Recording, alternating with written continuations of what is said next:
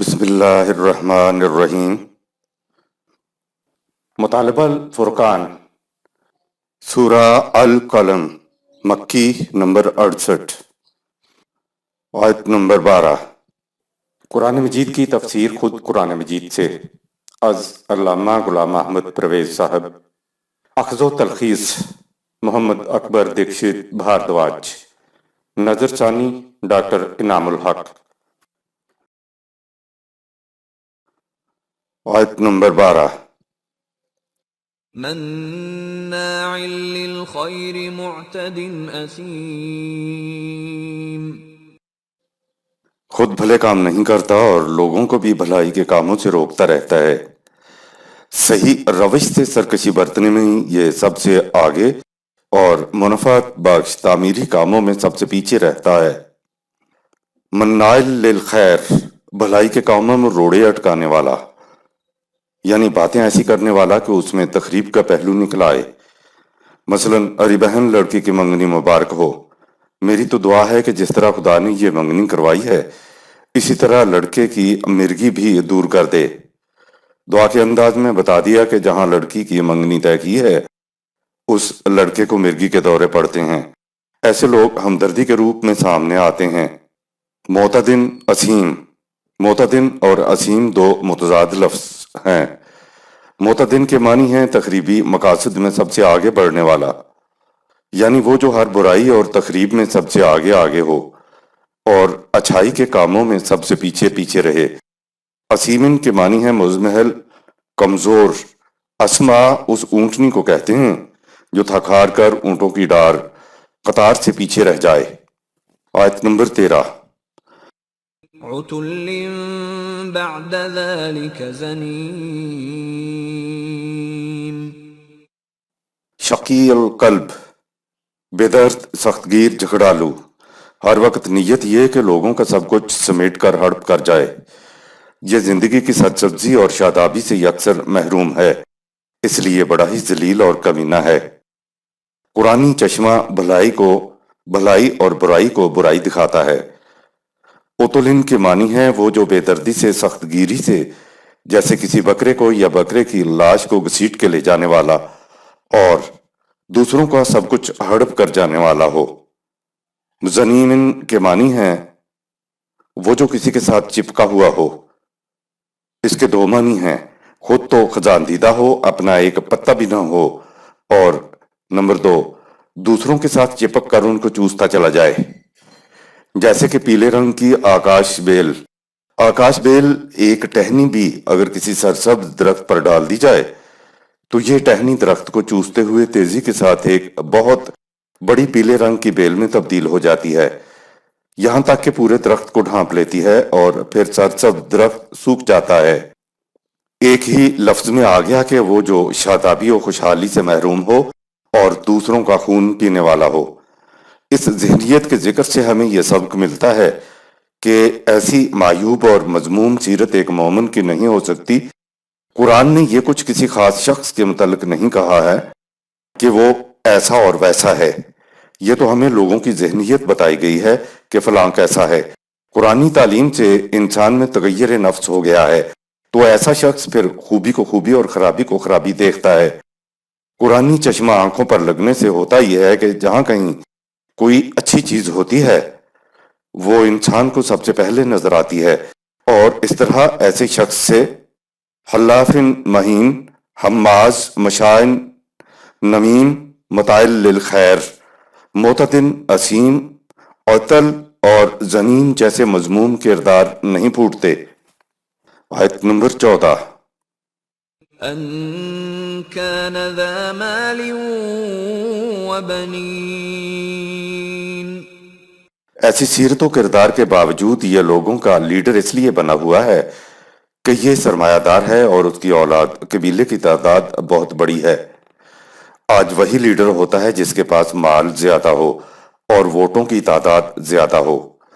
معیوب اور مذموم کردار کے حامل شخص کے لیڈر بنا پھرنے کی دو وجوہات قرآن نے بتائی ہیں۔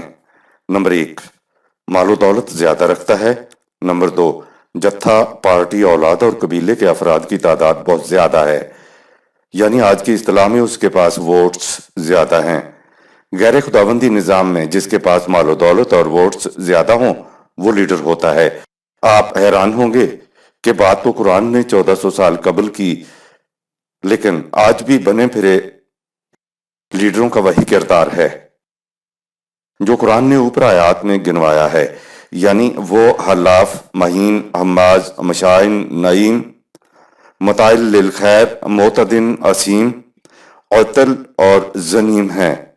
حق کا پیغام لے کر اٹھنے والے کو تو تائید کرنے والا بھی کوئی نہیں ہوتا۔ اسی لیے تو انبیاء کرام انا اول المسلمین سورہ 6 آیت نمبر 163 کہا کرتے تھے کہ میں سب سے پہلا اکیلا سر تسلیم خم کرنے والا ہوں۔ اس کے ساتھ تو ایک ووٹ بھی نہ ہو تو وہ حق پر ہوتا ہے، اور 100% ووٹ لے جانے والا بھی اگر حق کے خلاف ہے تو وہ حق پر نہیں ہے۔ قرآن کا یہ معیار ہے۔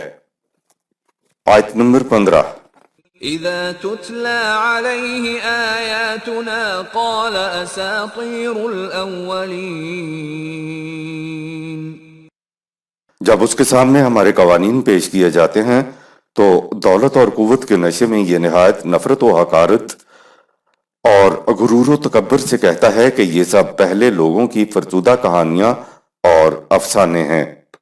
آیت نمبر 16 سنسمه على الخرطوم۔ تم ان قریب دیکھو گے کہ اس بڑی ناک والے کی ناک کس طرح بیچ چوراہے میں کٹتی ہے۔ سنسمہ علی الخرطوم، یہ ایک محاورہ ہے جسے ہم کہتے ہیں ناک کٹ جانا، یعنی ناک کا بیچ چوراہے میں کٹ جانا، بھری محفل میں بے وقار ہو جانا، بے عزت ہو جانا۔ آیت نمبر 17 إنا بلوناهم كما بلونا أصحاب الجنة إذ أقسموا ليصرمنها مصبحين۔ ہم اسے ایسا پلٹا دیں گے جیسا مشہور مثال باغ والوں کو پلٹا دیا تھا۔ باغ والوں نے بڑے وثوق سے کہا تھا کہ ہم صبح ہوتے ہی باغ کا پھل توڑ لیں گے۔ سورہ 18 آیات 32 تا 44۔ باطل نظام میں کوئی کسی کا ساتھ نہیں دیتا، جبکہ نظام خداوندی میں خوشی اور دکھ میں سب شامل ہوتے ہیں۔ یہ قرآن کا سمجھانے کا انداز ہے کہ آئیے ہم تمہیں ایک محسوس مثال سے بات کو سمجھاتے ہیں۔ یہ کوئی حقیقت میں واقعہ نہیں ہوتا بلکہ قرآن محض مثال دیتا ہے۔ اسی مثال کو قرآن نے سورہ 18 آیات 32 تا 44 میں بھی بیان کیا ہے، لہذا کسی قسم کا تعین کرنے کی بجائے اس کو ایک مثال کے طور پر ہی دیکھا جائے۔ بتانا مقصود یہ ہے کہ غیر خداوندی نظام میں اپنی اپنی جنت اور اپنا اپنا جہنم ہوتا ہے، کسی کو کسی سے سروکار نہیں ہوتا، کیونکہ معاشرہ مفاد خیش پر استوار ہوتا ہے۔ اگر حادثاتی طور پر کوئی گردشوں میں مبتلا ہو جائے تو اس کو کوئی سنبھالنے والا نہیں ہوتا۔ اس کے برعکس نظام خداوندی ہے جس میں ایک کی جنت سب کی جنت اور ایک کی تکلیف سب کی تکلیف ہوتی ہے۔ اگر کوئی انسان حادثاتی طور پر کسی مصیبت میں گرفتار ہو جائے تو اسلامی نظام سب کی داد رسی کرنے کے لیے موجود ہوتا ہے۔ یہ نظام سب کی نگہداشت یکساں کرتا ہے۔ مثال میں غیر خداوندی نظام پیش کیا گیا ہے کہ اچھے خاصے مالدار لوگ جب حادثاتی گردش کا شکار ہوئے تو وہ اپنا سر پیٹ کر رہ گئے۔ اگر نظام خداوندی ہوتا تو کوئی حادثہ انہیں مغموم نہ کر پاتا، کیونکہ دوسرے مقامات جو حادثے کا شکار نہیں ہوئے وہاں سے سامان نشو و نما کھنچا چلا آتا۔ قرآن نے نظام خداوندی سب کی بہبود کی طرف مثال کے ذریعے متوجہ کیا ہے۔ آیت نمبر 18 ولا يستثنون۔ انہوں نے اس میں سے محتاجوں اور مسکینوں کے لیے ذرا سا حصہ بھی الگ کرنے کا ارادہ نہ کیا۔ یہ ذہنیت اسلامی نہیں بلکہ سرمایہ دارانہ ذہنیت ہے۔ قارون نے بھی یہی کہا تھا کہ میں نے اپنی کاریگری سے یہ مال و دولت جمع کی ہے، اس میں کسی غریب و مسکین کو کیوں دوں۔ آیت نمبر 19 فطاف عليها طائف من ربك وهم نائمون۔ تو وہ ابھی سو ہی رہے تھے کہ ایسی بلائے ناگہانی مثلا ٹڈی دل آئی کہ وہ ساری فصل کو چٹ کر گئی۔ آیت نمبر 20 فأصبحت كالصريم پس وہاں سرسبز و شاداب باغ کی جگہ چٹیل میدان رہ گیا۔ آیت نمبر 21 فتنادوا مصبحين صبح اٹھ کر انہوں نے ایک دوسرے کو آواز دی۔ آیت نمبر 22 أن اغدوا على حرثكم إن كنتم صارمين کہ پھل توڑنے ہیں تو صبح سویرے باغ میں پہنچو تاکہ پھل توڑ کر فارغ ہو جائیں۔ آیت نمبر 23 فانطلقوا وهم يتخافتون چنانچہ وہ اپنے گھروں سے روانہ ہوئے اور راستے میں چپکے باتیں کرتے جاتے تھے۔ آیت نمبر 24 ألا يدخلنها اليوم عليكم مسكين کہ دیکھنا آج کوئی محتاج اور مسکین تمہارے پاس پھٹکنے نہ پائے۔ آیت نمبر 25 وغدوا على حرد قادرين چنانچہ ایسا انتظام کرتے ہوئے کہ کوئی محتاج پھٹکنے نہ پائے وہ باغ کے قریب پہنچ گئے۔ آیت نمبر 26 فلما رأوها قالوا إنا لضالون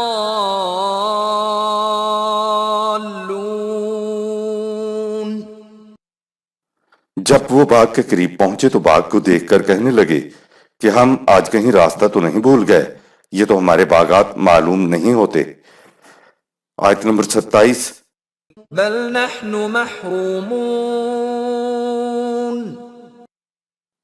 جب ذرا غور سے دیکھا تو معلوم ہوا کہ وہ اپنے ہی باغات کے کنارے کھڑے ہوئے ہیں۔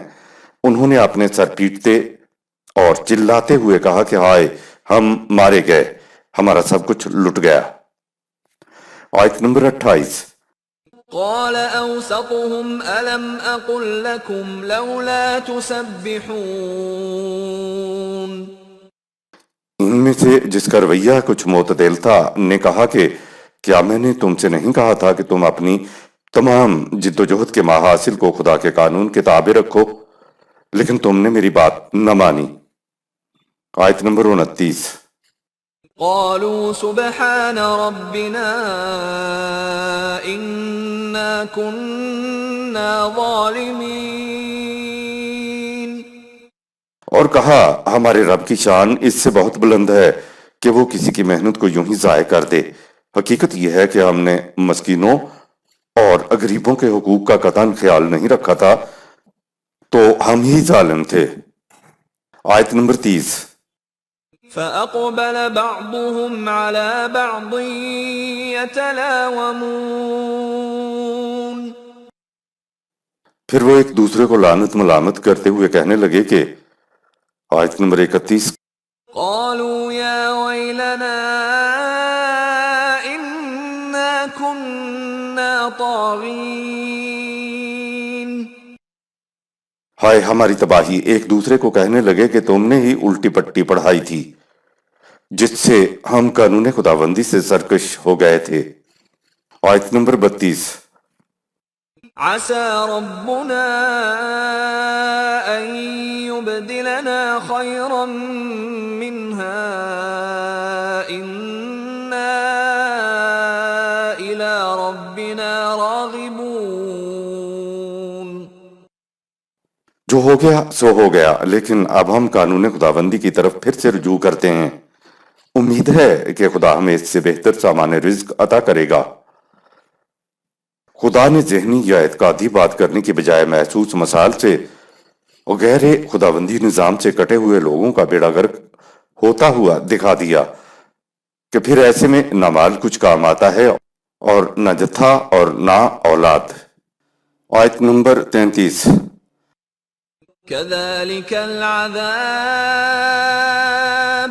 ولعذاب الآخرة أكبر لو كانوا يعلمون سن لو سرکشی برتنے والوں پر اس طرح اس دنیا میں تباہی آیا کرتی ہے۔ اور آخرت کی تباہی تو اس سے بھی کہیں بڑھ چڑھ کر ہے۔ اے کاش لوگ اس بات کو سمجھ لیتے کہ جدوجہد کے محاصل کو قوانین خداوندی کے تابع نہ رکھنے سے ہی انسان دنیا و آخرت کے عذاب میں مبتلا ہوتا ہے۔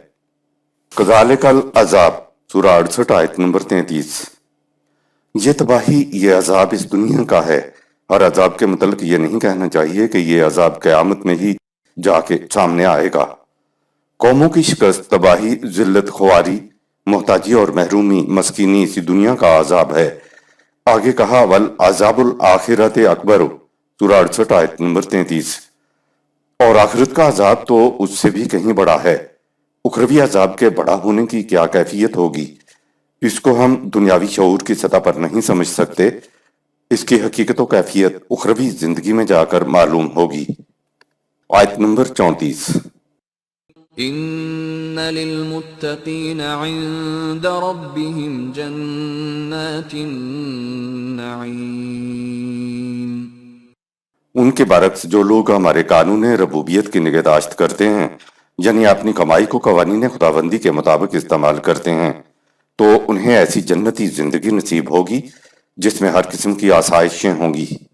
آیت نمبر 35۔ افنجعل المسلمین کالمجرمین۔ یہ ہو نہیں سکتا کہ جو لوگ ہمارے قوانین کی اطاعت کریں وہ ان جیسے ہو جائیں جو ہمارے قوانین سے سرکشی اختیار کرتے ہیں، لہٰذا دونوں قسم کے لوگوں کا انجام بھی ایک جیسا نہیں ہوتا۔ آیت نمبر 36۔ ما لکم کیف تحکمون۔ ان سے کہہ دو کہ تمہیں کیا ہو گیا ہے کہ تم اس قسم کے خود ساختہ فیصلے کرتے ہو، تمہارے اعمال کا نتیجہ تمہارے حق میں ہوگا۔ آیت نمبر 37۔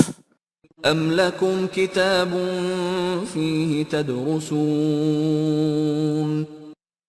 کیا قرآن کے علاوہ تمہارے پاس کوئی اور کتاب ہے جس میں تم اپنے خود ساختہ فیصلوں کو لکھا ہوا پڑھتے ہو کہ آیت نمبر 38۔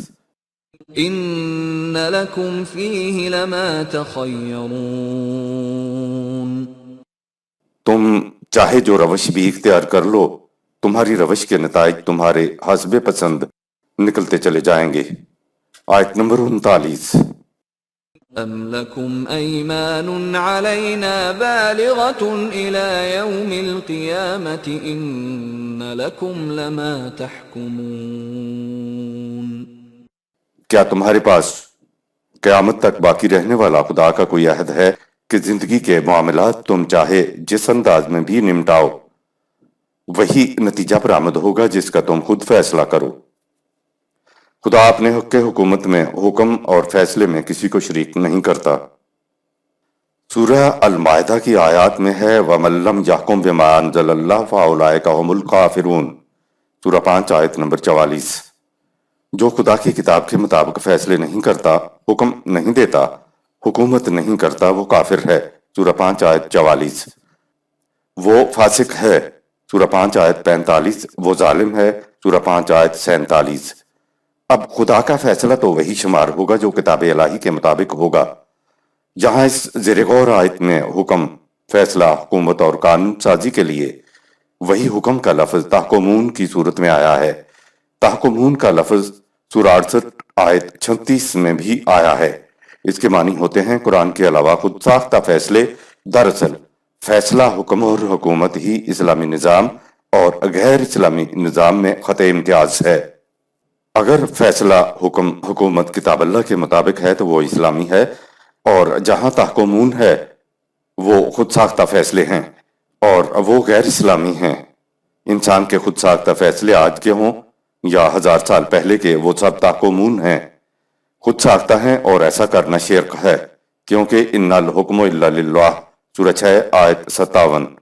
حکم صرف خدا کا ہے، اور وَلَا يُشْرِكْ فِي حُكْمِهِ أَحَدًا سورہ 18 آیت نمبر 26۔ وہ اپنے حق کے حکومت میں، اپنے حق کے فیصلہ میں، حق کے حکم میں کسی کو شریک نہیں کرتا۔ خود ساختہ سارے فقہی قوانین انسانوں کے بنائے ہوئے ہیں، اس لیے یہ سب تحکمون ہیں، یعنی فیصلہ تم خود کرتے ہو اور کہہ دیتے ہو کہ یہ خدائی فیصلے ہیں۔ آیت نمبر 40۔ سلهم أيهم بذلك زعيم ان سے پوچھو کہ تم میں سے وہ بڑا گرو زعیم ہے جو چھاتی پر ہاتھ مار کر کہے کہ میں نے خدا سے اس قسم کا عہد لے رکھا ہے اور اس کے پورا کرانے کا میں ذمہ دار ہوں۔ آیت نمبر 41۔ أم لهم شركاء فليأتوا بشركائهم إن كانوا صادقين۔ یہ بات نہیں تو کیا اس معاملہ میں ان کے ضامن خدا کو چھوڑ کر کچھ اور شریک ہیں؟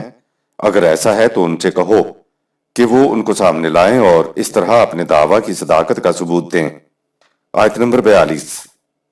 یوم یکشف عن ساق ویدعون الی السجود فلا یستطیعون۔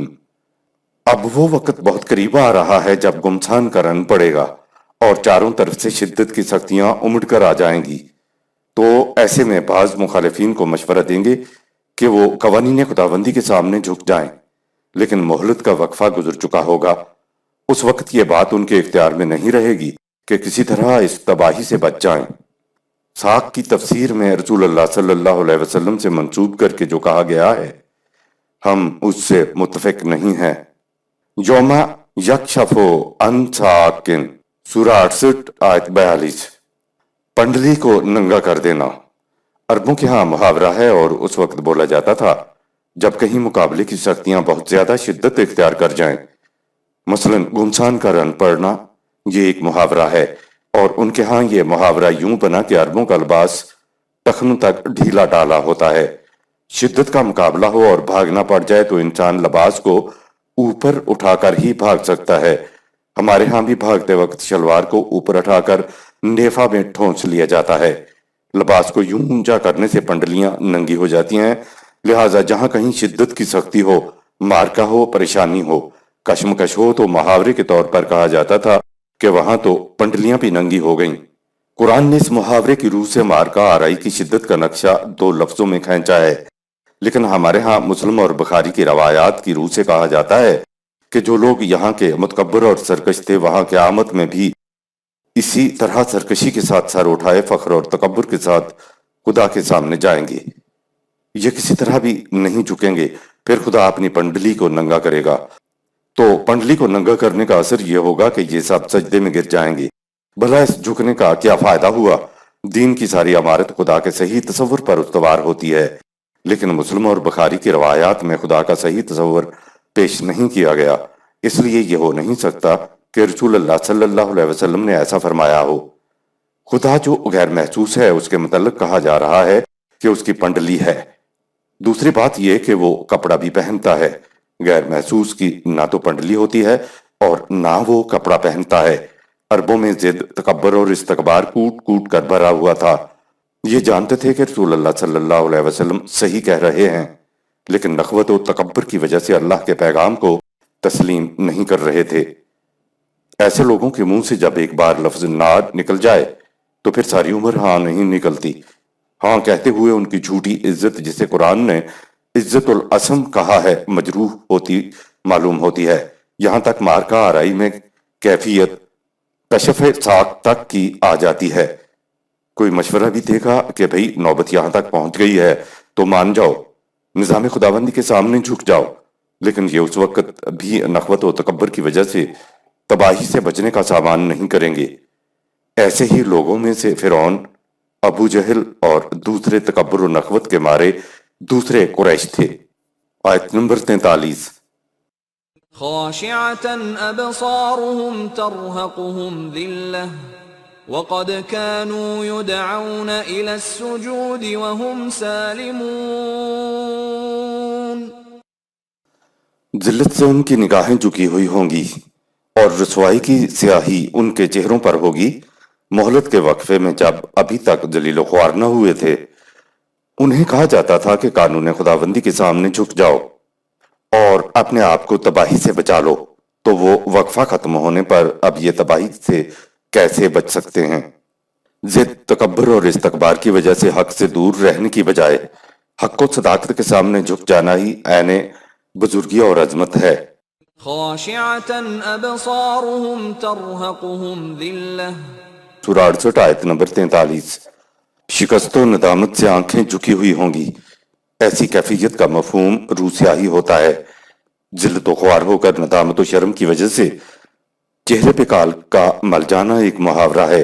وہم سالمون، جب وہ اچھے بھلے تھے، یعنی ابھی ذلیل و خوار ہو کر ان کے چہروں پہ سیاہی نہیں چھائی تھی، تو ان سے کہا جاتا تھا کہ اسلام کی طرف آ جاؤ، تو وہ نخوت اور تکبر کی وجہ سے کہتے تھے کہ ساری عمر تو یوں کاٹ لی، تو اب کیا خاک مسلمان ہوں گے۔ اب جھک گئے تو لوگ کہیں گے موت کے ڈر سے موت سے ڈر کر اسلام قبول کر لیا۔ عرب قوم کی رگ و پے میں نسلی تفاخر کا جذبہ سرایت کر چکا تھا۔ تاریخ ہمیں بتاتی ہے کہ رسول اللہ صلی اللہ علیہ وسلم نے اپنے چچا ابو طالب سے کہا کہ چچا آخری عمر ہے، آپ تو تسلیم کر لیجئے۔ جواب دیا، بیٹا میں جانتا ہوں کہ تیری بات سچ ہے، لیکن اس وقت اگر میں نے تسلیم کیا تو قوم یہ کہے گی کہ موت سے ڈر کر ایمان قبول کر لیا، اس لیے جانے دو۔ یہ چیز عربوں کی ذہنیت کی ترجمانی کرتی ہے، حالانکہ حق و صداقت کے سامنے جھک جانا ہی عین بزرگی اور عظمت ہے۔ آیت نمبر 44۔ فذرني ومن يكذب بهذا الحديث سنستدرجهم من حيث لا يعلمون۔ اے رسول، جو ہمارے قانون مکافات کی صداقت کو جھٹلاتے ہیں انہیں ہمارے حوالے کر دو، ہم انہیں بتدریج آہستہ آہستہ تباہی کی طرف لا رہے ہیں، حتیٰ کہ انہیں اس مقام تک پہنچا دیں گے جہاں انہیں پتہ بھی نہیں چلے گا کہ تباہی کہاں سے آ گئی ہے۔ سنستدرجہم، درجہ بدرجہ، آہستہ آہستہ، یہ لفظ ایسا ہے جسے آپ ایک جھٹکے کے ساتھ بول کر آگے نہیں بڑھ سکتے، اس کے ایک ایک حرف کو درجہ بدرجہ بولنا پڑتا ہے، تو پھر اس کے معنی تو اس کی ادائیگی ہی میں پوشیدہ ہیں۔ خدا جھپٹ کے گلا نہیں دبا دیا کرتا، بلکہ مہلت کے وقفے میں آہستہ آہستہ ایسے لوگ اپنے اعمال کے مجموعی اثر اکامولیٹو ایفیکٹ یعنی مجموعی انجام کی طرف اس طرح بڑھتے چلے جاتے ہیں کہ انہیں خبر تک نہیں ہوتی۔ ایسے حالات میں بھی ان تک اس جذبے کے تحت قرآن کا پیغام پہنچاتے چلے جانا ہے کہ اگر کوئی مہلت کے وقفے میں ہلاک ہونے سے بچنا چاہے تو وہ بچ جائے۔ آیت نمبر 45۔ وَأُمْلِي لَهُمْ إِنَّ كَيْدِي مَتِينٌ۔ اور ہم انہیں مہلت کے وقفے کی وجہ سے ڈھیل دے رہے ہیں، بلا شبہ ہماری تدابیر بہت محکم اور مضبوط ہوتی ہے، اس لیے یہ گرفت سے نہیں بچ سکتے۔ وَأُمْلِي لَهُمْ، مہلت اور رسی دراز کر دو، مہلت کا وقفہ اور لمبا کر دو۔ رسی دراز کرنے سے یہ بچ نہیں سکیں گے، کیونکہ اِنَّ کَیدِی مَتِین، میری تدبیر بڑی محکم ہوتی ہے۔ آیت نمبر 46۔ أَمْ تَسْأَلُهُمْ أَجْرًا فَهُمْ مِنْ مَغْرَمٍ مُثْقَلُونَ۔ یہ تیری دعوت کو قبول نہیں کر رہے ہیں تو کیا تم ان سے کچھ معاوضہ مانگ رہے ہو جس کے بوجھ تلے یہ دبے جا رہے ہیں۔ آیت نمبر 47۔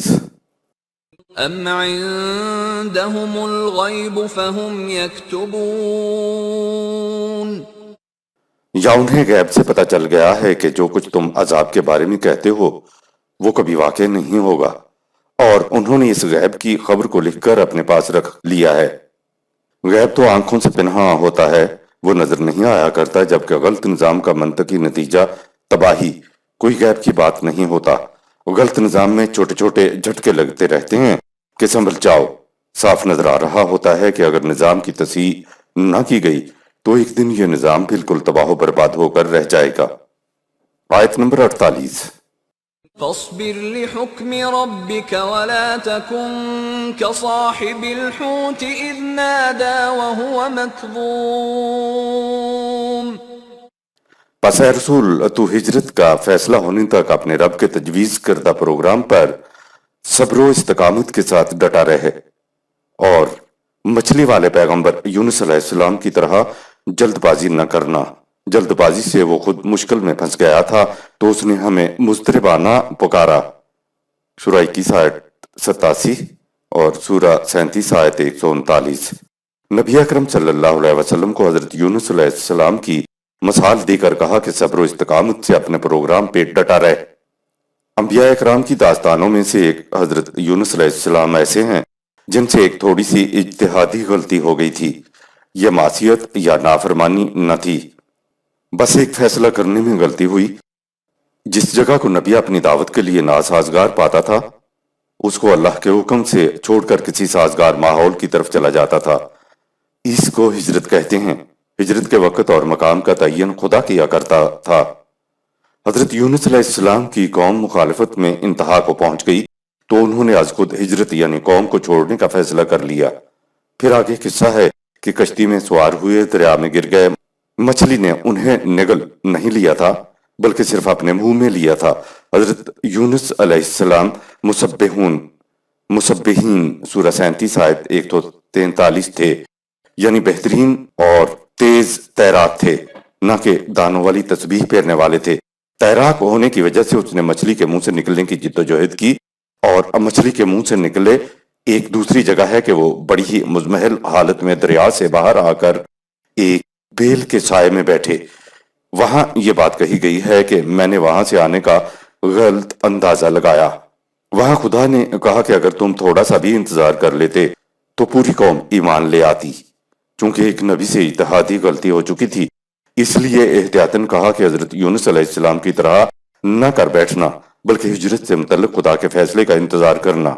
رسول اللہ صلی اللہ علیہ وسلم کو بار بار صبر و استقامت کی تلقین کی گئی۔ آیت نمبر 49۔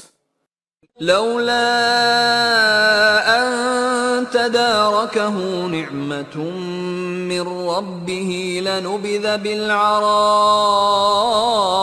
وهو مذموم۔ اگر اسے اس کے رب کی طرف سے سامان آسائش میسر نہ آ جاتا تو بڑی ہی خراب حالت میں لبے ساحل چٹیل میدان میں پڑا رہ جاتا۔ سورہ 37 آیت 146۔ آیت نمبر 50۔ فاجتباه ربه فجعله من الصالحين۔ اس اجتہادی غلطی کے باوجود وہ خدا کے برگزیدہ اور صالح بندوں میں سے تھا۔ غلطی یا نافرمانی تو نہیں کی تھی، بس ایک اجتہادی غلطی تھی، اس لیے سزا دینا مقصود بھی نہ تھا۔